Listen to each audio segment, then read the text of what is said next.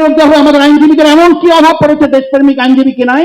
আমরা 17 জন আইনজীবী দেয়, কেন আমরা 50 জন 100 জন 150 জন 117 জন আইনজীবী আমরা কেন নিয়োগ দিতে পারলাম না? পারি নাই।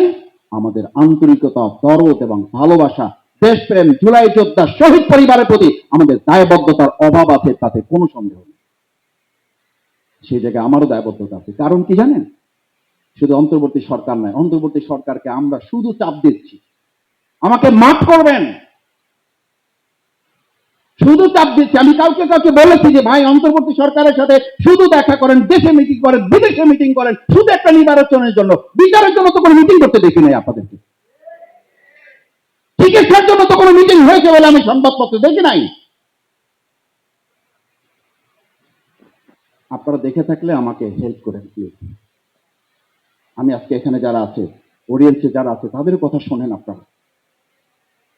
আপনারা শুনেছেন কিনা যে বিচারের জন্য রাজনৈতিক দলগুলি বলেছে আপনাকে বিচারের ডেডলাইন দিতে হবে। আমি বহুবার বলেছি রাস্তায় দাঁড়িয়ে, নির্বাচনের ডেডলাইনের আগে, বিচারের ডেডলাইন আগে বাংলাদেশে না দিলে দেশে জুলাই যোদ্ধা শহীদ পরিবার ধীরে পরে নির্বাচনের ডেডলাইন প্রত্যাখ্যান করতে বাধ্য হবে। এগুলো রাজনৈতিক কথা না।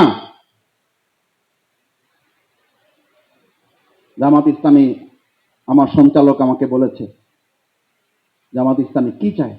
জামাত ইসলামী কি চায় এটা তো ইতিমধ্যে মানুষের কাছে প্রকাশিত, জনগণের কাছে প্রকাশিত। জামাত ইসলামীকে ইতিমধ্যে আসামি কাঠ করে দাঁড় করে দেওয়া হয়েছে। আমরা কি নির্বাচন বিলম্বিত করছি? কেন বিলম্বিত করছি? আমরা বিচার চাচ্ছি, বিচারের নামে আমরা টালবাহানা করছি।